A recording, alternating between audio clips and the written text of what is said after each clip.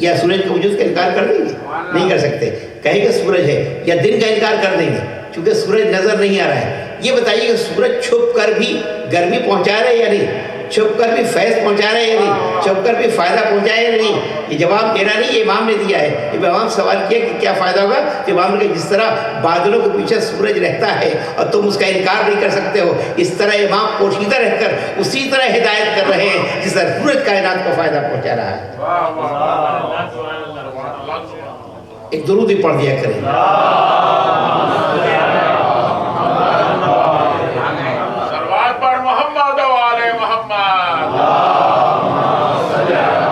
دیکھیں یہ ہمارے دو دوستوں کا قصور نہیں ہے. کل آپ نے چونکہ دیر سے تقریر شروع کی تھی، اس وقت میں بیٹھا تھا، یہ اسی وقت کے لحاظ سے آئے، کل کے وقت کے لحاظ سے، لہٰذا ان کی بچت ہو گئی. اب یہ تھے غیب میں تھے، چونکہ ہمیں نظر نہیں آتے. میں غیب کا ذکر کر رہا ہوں. غیب کے معنی یہ نہیں کہ وہ نہ ہو، نہیں ہوتا ہے اور نظر نہیں آتا. ہاں ہوتا ہے اور نظر نہیں آتا. اب یہی ہے کہ یہ جو غیب ہے غیب، اب غیب پہ فائدہ کیا ہے کر کے امام زمانہ ہے بھی، اور فائدہ کس طرح پہنچا رہے ہیں. جیسے میں نے ایک مثال دی. اب دیکھیں کس طرح امام ہدایت کر رہے ہیں، اس کی دوسری مثال میں دیتا ہوں. یہ بتائیے کہ شیطان، سب جانتے ہیں شیطان پر سب کا ایمان ہے. اب شیطان پر ایمان، ہاں ایمان سے مراد یقین. شیطان کے بارے میں یقین ہے کہ شیطان موجود ہے، شیطان زندہ ہے، شیطان گمراہ کر رہا ہے، سب جانتے ہیں. شیطان کیسے گمراہ کر رہا ہے ذرا بتائیے کیسے؟ ارے واہ، شیطان تو ایسا گمراہ کرتا ہے، ایک دم بہکا دیتا ہے، ایک دم بھٹکا دیتا ہے اور لے جاتا ہے برائی کی طرف، ہے نا، گھیر کے لے جاتا ہے. میں نے کل کہا تھا نا اس کی پیکنگ بڑی اچھی ہے، بڑی خوبصورت پیکنگ ہے، بڑی بہترین پیکنگ ہے، وہ لے جاتا ہے لوگوں کو. تو اب ظاہر شیطان گمراہ کر رہا ہے. اب دے یوسوس فی صدور الناس، وہ لوگوں کے دلوں میں آ کر وسوسے ڈالتا ہے. ذرا انصاف سے بتائیے کیا آپ نے کبھی دل میں آتے ہوئے، دل میں جاتے ہوئے اور بہکاتے ہوئے دیکھا اس کو؟ نہ آتے دیکھا، نہ جاتے دیکھا، نہ بہکاتے دیکھا. کہا کہ نہیں بہکا دیا. ارے کیسے بہکا دیا؟ نہ آتے دیکھا نہ جاتے دیکھا. کہا بہکا کیسے دیا؟ کہا بات ہی کہ بہکنے نے بتایا، بھٹکنے نے بتایا کہ اس نے گمراہ کیا تھا. یہ بہکنے اور بھٹکنے نے بتایا کہ گمراہ کیا تھا. اس کے معنی آثار سے پتہ چلے گا. تو جب قدم بہک کے کہیں چلے گئے، گمراہی میں چلے گئے، تو آپ نے کہا شیطان نے بہکایا تھا. تو اے بندگان خدا ذرا سوچو، جب تم مسجد میں جاتے ہو، جب تم مجلس میں جاتے ہو، جب تم نیک مقامات پہ جاتے ہو، اچھی جگہوں میں جاتے ہو، اچھے امور میں جاتے ہو، تو یہ کیوں نہیں کہتے کہ امام نے ہدایت کی تھی، رہنمائی کی تھی، رہبری کی تھی، تو ہمیں یہاں پر موجود ہے اور آئے.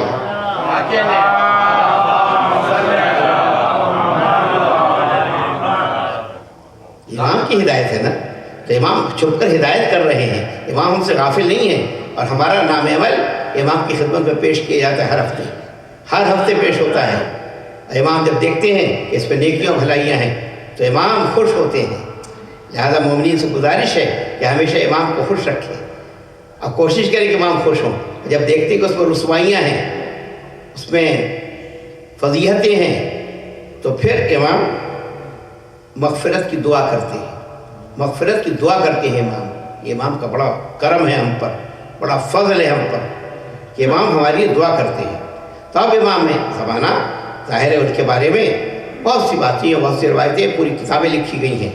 اور ایک کتاب سے آپ کو تعارف کرا دوں کہ ابھی حال ہی میں کچھ ہی سال پہلے جب میں حج پہ گیا تو میں نے دیکھا کہ 2 جلدوں میں کتاب ہے الامام المہدی عربی میں، اور اس کے لکھنے والے ریاض سے انہوں نے پی ایچ ڈی کیا ہے، اور ان کا عبدالحلیم بستوی، بستی کے رہنے والے ہیں. وہ ہندوستان میں یہ بستی ہے نا، بستی ہے تو ابو ظاہر ہے، تو اس بستی کے رہنے والے بستوی، وہ انڈیا سے گئے اور پی ایچ ڈی کرنے کے لیے، تو انہیں پی ایچ ڈی کا ٹاپک ملا امام مہدی، اور اس پہ 2 والیوم میں انہوں نے کتاب لکھی. یہ بھی حال ہی کی کتاب ہے، اور میں نے 5 سال پہلے 6 سال پہلے خریدی تھی. تو اس کتاب میں انہوں نے وہ ان کی پی ایچ ڈی کا مقالہ ہے 2 جلدوں میں. پہلے ایک جلد لکھا ہے احادیث الضعیفہ، امام مہدی کے بارے میں کمزور روایات، اور دوسری جلد میں لکھا ہے احادیث الصحیحہ، صحیح روایات امام مہدی کے بارے میں. اور انہوں نے باقاعدہ دیکھیے، سعودی گورنمنٹ ہے، ریاض میں یونیورسٹی ہے، وہاں سے وہ پاس کرتے ہیں، اور یہ پی ایچ ڈی کا ان کا مقالہ ہے.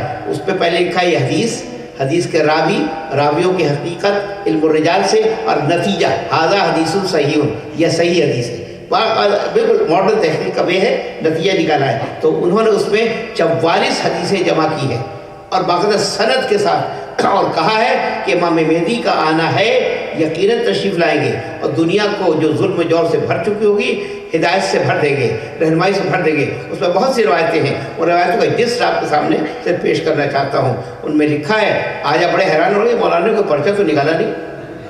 ہاں نہیں، آج پرچہ ہے لیکن نکالا نہیں میں نے، چلے آج بغیر پرچے کے ساتھ کبھی کبھی اس طرح بھی صحیح۔ اچھا، لوگ سمجھتے ہیں کہ صاحب مولانا کو یاد نہیں ہے تو اس لیے پرچہ نکالتے ہیں، یاد کی بات نہیں ہے، یہ اس میں سامنے رہنے سے انسان ٹو دا پوائنٹ ہوتا ہے۔ لیکن چونکہ آج امام مہدی کا ذکر تھا لہٰذا مجھے بھگنے کا سوال ہی نہیں تھا۔ امام کی ہدایت تھی نا، امام کی رہنمائی تھی نا، بھٹکنے کا سوال ہی نہیں تھا، لہٰذا میں نے امام کا ذکر کر دیا۔ تو اب یہ ہے، تو اب انہوں نے اس پہ لکھا ہے کہ امام مہدی کہاں سے ہوں گے؟ من ولد فاطمہ، فاطمہ کی اولاد سے ہوں گے۔ تو یہ بات ثابت ہے کہ فاطمہ کی اولاد سے ہے، توجہ چاہتا ہوں۔ اور آل محمد، دوسری روایت میں آل محمد سے ہوں گے، تو آل محمد بھی ہونا ثابت ہے، فاطمہ کی اولاد سے ہونا بھی ثابت ہے، نسل پیغمبر سے ہونا بھی ثابت ہے۔ پھر ہے اسمہ اسمی، ان کا نام میرا نام ہوگا، ان کی کنیت میری کنیت ہوگی، ان کی چہرہ میرا چہرہ ہوگا۔ تو اب یہ سارے ہیں، اب ان کا جو نام ہے وہی جو ہے جو رسول کا نام ہے ان کا نام۔ اب آپ دیکھیں جو حدیث آپ سنتے تھے، اولنا محمد وآخرنا محمد وأوسطنا محمد وكلنا محمد، ہمارا اول بھی محمد ہے، ہمارا آخر بھی محمد ہے، ہمارا اوسط بھی محمد ہے، ہم سب کے سب محمد ہیں۔ اول بھی محمد، آخر بھی محمد،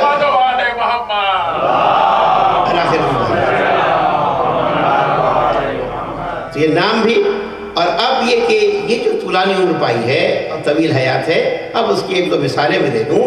مثال یہ ہے، جیسے ایک درخت کی ٹہنی ہے اور درخت کی اب 12 ٹہنیاں نکلی، اس میں سے کیا ہوا، ایک ٹہنی کو کاٹ دیا گیا، تو اب جو درخت کی توانائی تھی وہ 11 میں آ گئی۔ جب 2 کو کاٹ دیا تو 10 میں آ گئی، جب 3 کو کاٹ دیا تو 9 میں آ گئی، بس کاٹتے چلے گئے، ساری توانائی منتقل ہوتی چلی گئی، اور جب تمام ٹہنیاں کاٹ دی تو اب پورا درخت جو بچ گیا پوری توانائی منتقل ہو گئی، تو ساری عمریں جو امام کی تھی وہ امام زمانہ کو مل گئی، امام زمانہ کو مل گئی۔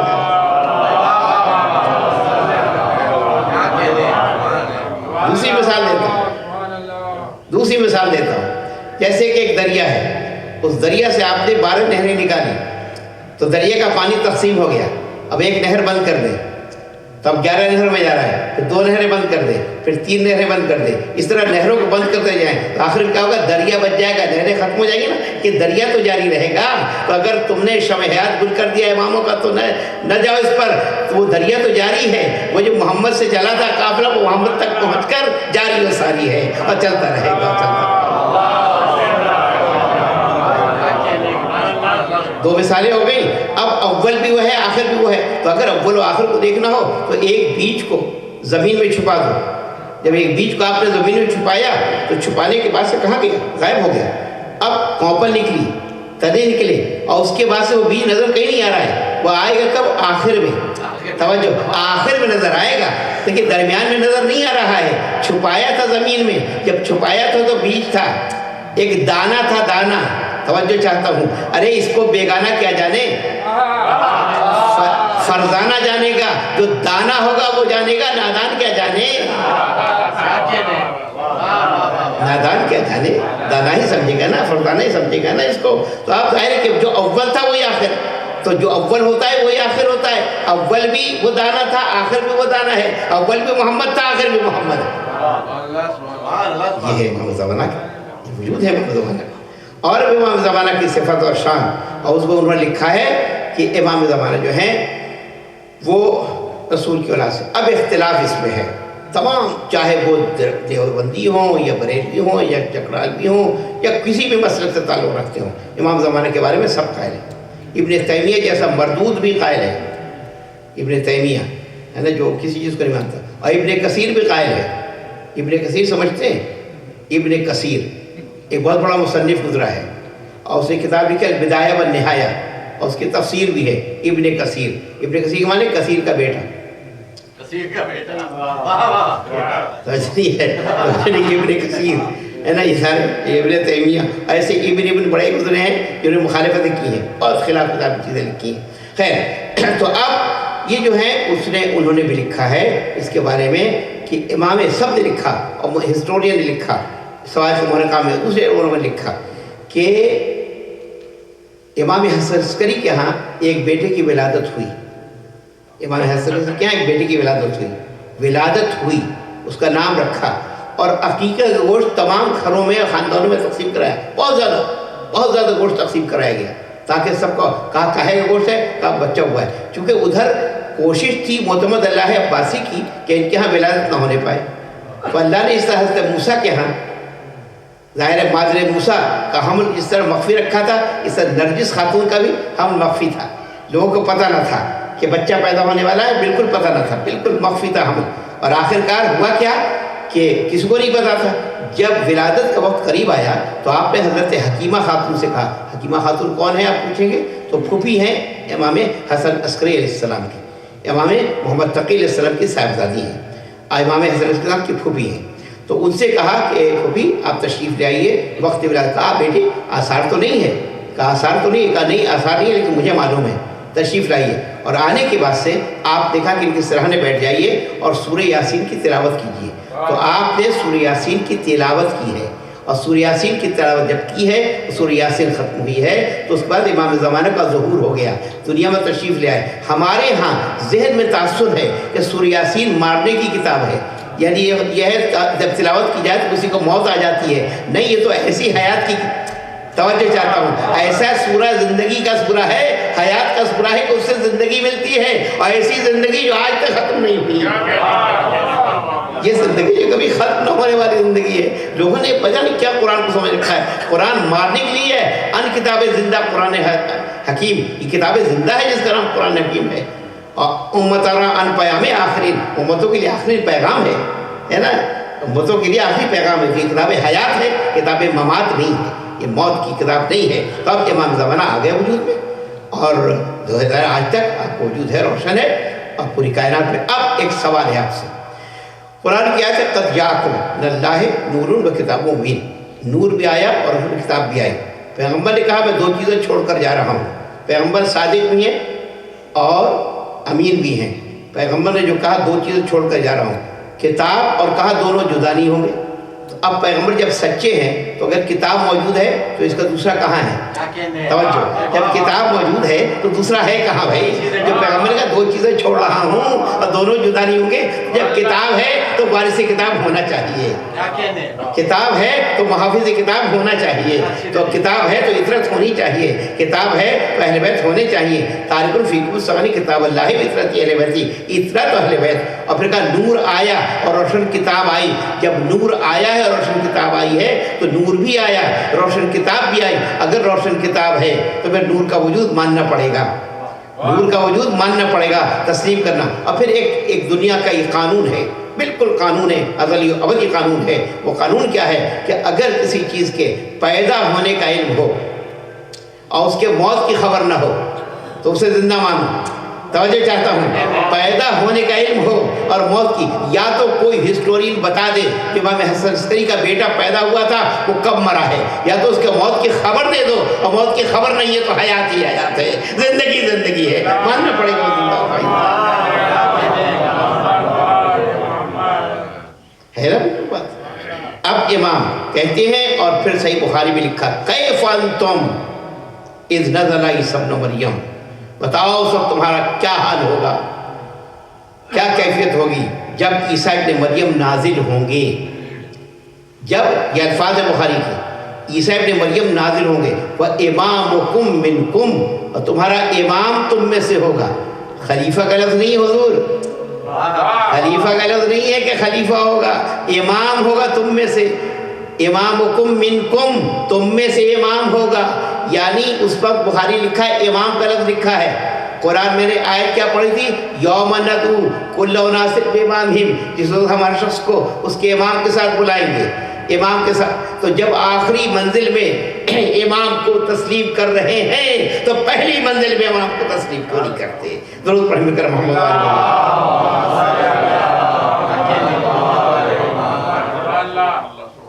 آخری آخری منزل میں جب امام مانتے ہو. اب امام جب آ جائیں گے حضرت عیسیٰ کے آنے کے بعد سے امام مہدی کہیں گے تقدم یبن مریم، اے مریم کے بیٹے آگے بڑھو، آگے بڑھ کے نماز پڑھاؤ. اے مریم کے بیٹے آگے بڑھو، تقدم یبن مریم وصلی، اور نماز پڑھاؤ. تو وہ حضرت عیسیٰ رک جائیں گے، کہا نہیں میں نماز نہیں پڑھاؤں گا، میں نماز نہیں پڑھاؤں گا، آپ نماز پڑھائیں. کیوں امام سے کیا کہیں گے؟ آپ، کیونکہ آپ امام وقت ہیں. جو امام وقت ہوتا ہے اسے حق ہوتا ہے نماز پڑھانے کا. تو یہ گیا کہ عیسیٰ کے بھی امام ہیں، ماننا پڑے گا عیسیٰ نبی ہیں تو یہ عیسیٰ کے بھی امام ہیں. عیسیٰ کہیں گے آپ نماز پڑھائیے. اب سوال ہے کہ امام کون ہیں؟ ہمارے اور آپ کے امام زمانہ امام ہیں، اور ان کے پیچھے نماز پڑھانے والے کون ہیں؟ حضرت عیسیٰ. تو میں امام کی شان کیا بیان کروں؟ بڑے صاحب فضیلت. اور لیکن صرف حضرت عیسیٰ کے بارے میں بتاتا ہوں. عیسیٰ کون ہے؟ عیسیٰ روح اللہ ہے. عیسیٰ کون ہے؟ نبی ہے. عیسیٰ کون ہے؟ رسول ہے. عیسیٰ کون ہے؟ صاحب شریعت ہے. عیسیٰ کون ہے؟ صاحب کتاب ہے. عیسیٰ کون ہے؟ اولو العزم ہے. عیسیٰ کون ہے؟ معصوم ہے. اتنی صفات کے مالک ہیں. توجہ. تو جب ماموم ایسا ہے، جب ماموم ایسا ہے تو اس کا امام سوچو کیسا ہوگا، اس کا امام کیسا ہوگا. اس کہ جہاں پر ظاہر ہے کہ امام کے قدم ہے وہاں عیسیٰ کا سر ہے، وہاں عیسیٰ کا سر ہے.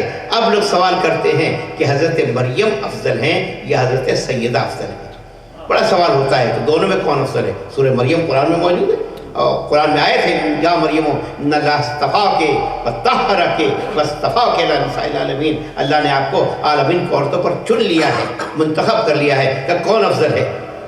اگر افضلیت کو ڈھونڈنا ہے تو زمانہ ایک ہونا چاہیے. اگر مجھ سے کہے کہ صاحب آپ افضل ہیں، آپ افضل ہیں، یا مثلا فلاں کوئی عالم جو مرحوم ہو گئے وہ افضل، تو بھائی وہی نہیں ہمارے زمانے میں، ہمارے زمانے میں تھے نہیں. ہمارا تقابل ان سے کیوں کر رہے ہیں جو نہیں ہے؟ تقابل ہمیشہ ہوتا ہے. آج کے کسی شاعر کا تقابل کسی اس سے کرے، بھائی زمانہ ایک ہونا چاہیے نا. تو اسی لیے کسی کا تقابل کسی سے نہیں کر سکتے. تقابل کے لیے معاصر ہونا ضروری ہے. تو اب ظاہر ہے جب تقابل ہم کر رہے ہیں تو تقابل میں دیکھنا پڑے گا کہ حضرت مریم افضل ہیں. حضرت مریم اپنی جگہ افضل ہیں، لیکن جناب سیدہ بعد میں آئی ہیں، حضرت مریم پہلے گزری ہے. دونوں کا زمانہ ایک نہیں. اب ظاہر ہے کہ دونوں اگر معاصر ہوتی تو پھر کہتے کس اعتبار سے یہ افضل ہے، کس اعتبار سے. اعتبارات دیکھنے پڑتے ہیں. تقابل ہو سکتا ہے لیکن اعتبارات دیکھنے پڑتے ہیں. تو اب سوال ہی کہ دونوں جب ہیں نہیں تو اب اگر دیکھنا کون افضل ہے تو چلو ہم دکھا دیتے ہیں کون افضل ہے. دونوں کا ایک وقت آئے گا کہ دونوں کے بیٹے دنیا میں آئیں گے. مریم کا بیٹا بھی آئے گا، فاطمہ کا بیٹا بھی آئے گا. جب فاطمہ کا بیٹا آ جائے، مریم کا بیٹا آ جائے، تو اب دیکھ لو کس کا بیٹا آگے ہے، کس کا بیٹا پیچھے ہے. جس کا بیٹا آگے ہو وہ افضل ہوگی، جس کا بیٹا پیچھے ہو وہ افضل نہیں ہوگی. درود پڑھ کر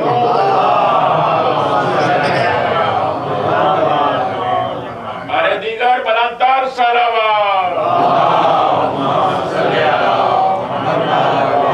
قرآن میرے پاس ہے، اس میں بہت سی آیتیں میں لایا تھا، آپ اس میں پیش کروں لیکن اب وقت نہیں ہے. البتہ میں اب آپ کی خدمت میں یہ میری ہی کتاب ہے جو امام مہدی کے نام سے ہے، اور یہ میں نے عاریتاً لی ہے جناب مہدی صاحب سے، زیدی صاحب سے. ان کے ہیں لائبریری میں تھی اور یہی ان کی میں ٹھہرا تھا، میں لایا نہیں تھا، تو اسی سے میں کچھ چیزیں پڑھ رہا ہوں. آج کل آپ جانتے ہیں کہ شام میں اختلاف ہو رہا ہے، فساد ہو رہا ہے نا. اس کتاب کے صفحہ نمبر 208 پر ہے. امیر المومنین علیہ السلام نے فرمایا کہ 3 علامتوں سے ظہور امام کا انتظار کرو. جو علامات ہیں ظہور امام کی، بہت سی علامتیں نظر آ چکی ہیں اور بہت سی علامتیں بھی نظر آنا باقی ہیں. علامت بتائی گئی ہے. جب پوچھا گیا کہ امام کا ظہور کب ہوگا تو امام نے کہا کہ دیکھو یہ غیب ہے، اور غیب پر ایمان لاؤ، غیب کے بارے میں تلاش نہ کرو، ہے نا. یہ سنون کا نسات یا نمرسا قل الوحید ربی، یہ آپ سے قیامت کے بارے میں پوچھتے ہیں نبی، یا تو اس کا علم اللہ کے پاس ہے. وما اوتیتم من العلم الا قلیلا، تمہیں تھوڑا علم دیا گیا ہے، تم سمجھ نہیں سکتے. تو کہا امام نے کہ کذب الوقاتون، جو امام کے ظہور کا وقت معین کرتے ہیں وہ جھوٹے ہیں. امام کے ظہور کا وقت مقرر کرنے والے جھوٹے ہیں، کیونکہ اللہ نے اس کو غیب رکھا ہے. اس کو ہم ظاہر کرنے والے کون ہیں بھائی؟ اللہ کے غیب میں ہے، اللہ جانتا ہے کہ کب ظاہر ہوں گے. لہٰذا جھوٹے ہیں جو امام کی غیبت کے بارے میں وقت کا اٹکل پچو 2000 میں آ جائیں گے، 2007 میں آ جائیں گے، 2005 میں آ جائیں گے، سب فضول باتیں ہیں، بالکل جھوٹے ہیں وہ لوگ. اب غیبت میں امام کی زیارت ہوتی ہے، نہیں ہو سکتی ہے، لیکن اس طرح نہیں ہوتی جس طرح ہم آپ کو دیکھ رہے ہیں اور آپ ہم کو دیکھ رہے ہیں. اس طرح زیارت نہیں ہو سکتی ہے، بلکہ اس طرح زیارت ہوگی جیسے میں دیکھ رہا ہوں آپ کے دوستوں کا، حضرات کو اور آپ کا واقعی میں تہ دل سے بھی شکر گزار ہوں کہ آپ نے میری گزارشات سنی ہیں پہلے بھی اور آج بھی، اور انشاءاللہ آئندہ بھی سنتے رہیں گے۔ تو اب یہ ہے کہ دعا کرتے رہیں میرے حق میں کہ میں زندہ رہوں تو سنیں گے، میں سنتے رہیں گے۔ اس لیے میں نے کہا کوئی دعوت نہیں لے رہا ہوں میں، بلکہ سنتے رہیں گے، ہمارا زندگی کی دعا مانگوں آپ سے، تمنا کہ آپ میری زندگی کے لیے دعا کرتے ہیں۔ ایسے سے تو سلامتی ہے مولانا، بلند تر صلوات۔ آخری باتیں میں گفتگو کر رہا ہوں۔ امیر مجھے فرمایا کہ 3 علامتوں سے یعنی ظہور امام کا انتظار کرو۔ میں نے دریافت کیا وہ کون سی علامتیں ہیں؟ امام علی مقام نے فرمایا اہل شام کا باہمی اختلاف کرنا، اہل شام کا باہمی اختلاف کرنا۔ آج کیا دیکھ رہے ہیں آپ کیا دیکھ رہے ہیں آپ؟ یہ دیکھیے علامت ہے نا، یہ کتاب کے 208 صفحے پر لکھی ہوئی ہے، اہل شام کا اختلاف ہونا۔ تو آج جو شام میں اختلاف ہو رہا ہے یہ علامت ظہور امام میں سے ہے۔ اختلاف کا ہونا تھا، اختلاف ہوا ہے، لڑائی ہو رہی ہے۔ اور خراسان سے سیاہ جھنڈے کا لہرایا جانا، اور ماہ رمضان میں خوف و دہشت کا واقع ہونا، یہ ساری چیزیں 3 علامتیں ہیں۔ اور یہ علامتیں مولائے کائنات نے، تمام ائمہ نے علامتیں بیان کی، مولائے کائنات نے علامتیں بیان کی ہیں۔ کچھ علامتیں آپ سن لیجئے بہت جلدی یاد رکھو۔ امیر المومنین سے آپ کے بہت قریبی ساسا ابن سوحان جو بڑے صحابی تھے جلیل القدر، امام بلکہ آخری ضربت کے بعد آئے ہیں، امام سے ملے ہیں اور امام سے پوچھا ہے تو امام نے علامتیں بتائی ہیں۔ یاد رکھو اس کی علامت یہ ہے جب لوگ نماز کو وقت سے مؤخر کر دیں گے، جب لوگ نماز کو وقت پر نہیں پڑھیں گے۔ کیا ہے عالم؟ وقت پہ بہت کم لوگ ہیں جو وقت پہ نماز پڑھتے ہوں، ٹالتے رہتے وقت جاتا رہتا ہے۔ امانت کو ضائع کر دیں گے اور اس کی کوئی پرواہ نہ کریں گے، جھوٹ کو حلال سمجھیں گے، سود کھائیں گے، رشوتیں لیں گے، اونچی عمارتیں تعمیر کریں گے، اور دین کو دنیا کے عوض بیچ ڈالیں گے، دین کو دنیا کے عوض بیچ ڈالیں گے، احمقوں کو حاکم بنائیں گے، عورتوں سے مشورے لیں گے، قطع رحمی کریں گے، مشورے کیا بلکہ پیچھے چلیں گے، خواہشات کی پیروی کریں گے، اور خون بہانا آسان سمجھیں گے، حلم و بردباری کو کمزوری سمجھا جائے گا، اور ظلم و ستم پہ فخر و مباحثت کریں گے۔ دیکھیے ایک علامت پر غور سے پڑھیے، اس لیے اس کتاب کا ہونا بہت ضروری ہے آپ کے گھر میں، لیکن اب اس کی آؤٹ آف پرنٹ ہے، اس وقت میں آپ کو نہیں مہیا کر سکتا، جب ہو جائے تو آپ ضرور حاصل کریں۔ یہ کتاب ہر گھر میں ہونی چاہیے، تمام علامتیں لکھی ہیں۔ قرآن کو آراستہ پیراستہ کیا جائے گا، مساجد کو نشر و نگار سے مزین کیا جائے گا، اونچے مینار بنائے جائیں گے، برے لوگوں کی عزت و توقیر ہوگی، برے لوگوں کی عزت و توقیر ہوگی۔ ذرا سوچیں، نماز کی صفوں میں لوگوں کی کثرت ہوگی لیکن ان کی خواہشات جدا اور مختلف ہوں گے، معاہدے توڑ دیے جائیں گے، اور یعنی قیامت دنیا کی لالچ کی وجہ سے عورتیں اپنے شوہر کے ساتھ تجارت میں شریک ہوں گی۔ اس کو برا نہیں کہا کہ علامت بیان کی، آپ سمجھیں کہ بری بات نہیں کہی ہے، علامتیں بتائیں کہ ایسا ہوگا، یعنی بزنس پارٹنر ہوں گے ایک دوسرے کے، لائف پارٹنر کے ساتھ بزنس پارٹنر بھی ہوں گے، مرد عورت، اور فاجر و بدکار کے شر سے کی وجہ سے اس سے ڈرا جائے گا، جو اس کے شر سے ڈرے گا وہ اس سے ڈرو۔ اور جناب جو بہت ہے کہ خیانت کار کو امین بنایا جائے گا، ایک بڑی عمدہ بات ہے اس میں، بہت سی بات ہے لیکن ایک مشابہت جو ہے، عورتیں مردوں کی مشابہت اور مرد عورتوں کی مشابہت کو اختیار کر لیں گے، یعنی عورتیں چاہیں گی مرد بن جائیں اور مرد چاہیں گے عورتیں بن جائیں۔ خاموشی بتا رہی کچھ آپ کو بات، کچھ ایسے سسپینس ہے۔ ہاں خیر اللہ انہیں چکنا ہی رکھے۔ اور خیانت کار کو امین بنایا جائے گا، عورتیں مردوں کی مشابہت اور مرد عورتوں کی مشابہت اختیار کر لیں گے، اور مقصد یہ ہے، اور تفقہ لادینیت کے لیے ہوگی، یعنی لوگ فقہ کا علم جو حاصل کریں گے لادینیت کے لیے، ظاہر ہے اس میں لادینیت ہوگی، کوئی دینداری نہیں ہوگی۔ بس گفتگو ختم کر رہا ہوں، صرف آخری ایک چیز آپ کو بتانی ہے۔ بہت سے لوگ حاجت مند ہوتے ہیں، ضرورت مند ہوتے ہیں، اور ضرورت کے لیے چاہتے ہیں کہ صاحب کوئی چیز ہو۔ اب میں اس کے لیے ایک پرچہ نکالتا ہوں تاکہ آپ کو بتاؤں کہ ضرورت مند کی ضرورت کیسے پوری ہوگی۔ تو اس میں لکھا ہے کہ شب جمعہ 2 رکعت نماز جو نماز امام زمانہ ہے، حاجت کے لیے، جب بھی حاجت ہو، آپ کو کوئی حاجت ہو، کوئی پریشانی ہو، 2 رکعت نماز شب جمعہ میں نماز حاجت پڑھیں، اور ہر رکعت میں سورہ حمد پڑھتے ہوئے 100 مرتبہ کہیں ایاک نعبد و ایاک نستعین، ایاک نعبد و ایاک نستعین، تکرار کریں 100 مرتبہ دونوں رکعت میں 100 مرتبہ کہاں سورہ الحمد پڑھتے ہوئے جب آپ پہنچے الحمدللہ رب العالمین الرحمن الرحیم مالک یوم الدین ایاک نعبد و ایاک نستعین، ایاک نعبد و ایاک نستعین، ایاک نعبد و ایاک نستعین، کتنی مرتبہ 100 مرتبہ 100 مرتبہ پڑھیں. اور پھر رکوع میں جائیں تو رکوع میں 7 مرتبہ پڑھیں سبحان رب العظیم و بحمدہ، سبحان رب العظیم و بحمدہ. اب 3 مرتبہ پڑھتے ہیں نا، 7 مرتبہ پڑھیں. اور سجدے میں جائیں سبحان رب العالی و بحمدہ، سبحان رب العالی و بحمدہ 7 مرتبہ پڑھیں. تو اگر آپ یہ 7 مرتبہ پڑھیں گے ہر نماز میں رکوع سجدے کا ذکر، اور سورے میں ظاہر ایاک نعبد و ایاک نستعین 100 مرتبہ پڑھیں گے دونوں رکعت میں، تو آپ کی حاجتیں امام زمانہ کی وساطت سے انشاءاللہ دور ہو جائیں گی. اور یہ امام کے نائب نے یہ ہم تک باتیں پہنچائی ہیں کہ یہ نماز ہے اور یہ نماز امام زمانہ کہلاتی ہے، اور یہ آپ کے حاجات کے قبولیت کے لیے بہترین ہے نماز. اگر اس کو آپ اپنا معمول بنا لیں تو انشاءاللہ کوئی ایسی حاجت نہیں ہوگی جو پوری نہ ہو. اور امام ہم سے متصل ہیں، امام ہمیں دیکھ رہے ہیں، امام ہمارے قریب ہیں. اور ہم جو کہتے ہیں کہ اب بلائیں عظیم ہو گئیں، مولا تواضع البلا وبرہ الخفا والکشف والقضاء والقطع رجا وذاق السماء، یہ ساری چیزیں دعا مانگتے ہیں. انت المستعان، تو ہی سے ہی ہم مدد طلب کرتے ہوئے لیکن مشتقہ سے ہم شکایت کرتے ہیں وعلیکم المول پھر شدت والرخاء، اور تکلیف میں شدت میں تیرے ہی ہم پناہ طلب کرتے ہیں. تو امام زمانہ کا واسطہ دیں، اور جب ابا یا ابا صالح ادرکنی کہہ کے اگر دعا طلب کریں گے تو یقیناً آپ کی دعا قبول ہوگی، اللہ تعالیٰ دعا قبول کرے گا، اور یقیناً آپ دعا مستجاب ہوگی. اللہ ہمیں توفیق دے کہ ہم امام زمانہ کا جو انتظار کر رہے ہیں ہم ان کے ان شرائط کو پورے اتریں جو امام ہم سے چاہتے ہیں. اور محبت اہل بیت سے ہمارا دل سرشار رہے، اور ہم محبت دامن اہل بیت سے متمسک رہیں. پروردگار ہمارے گناہوں کی مغفرت فرما، پروردگار بیمار کو شفا کاملہ سے عطا فرما، پروردگار امام کو ظہور میں تعجیل فرما، ہمیں ان کے اعوان انصار محسوس فرما. پروردگار اس ادارے کو قائم و دائم رکھ، اس کے کارکنان کو زندگی سلامت دے. پروردگار جو بھی اس کے لیے کوشش کر رہے ہیں ہر طریقے سے دامے درمے قدم سہنے سب کو صحت و عافیت ساتھ رکھ. پروردگار تو ہمیں اہل بیت کے دامن سے متمسک رکھ. ربنا آتنا فی الدنیا حسنۃ وفی الآخرۃ حسنۃ وقنا عذاب النار بحق محمد وآلہ الاطہار.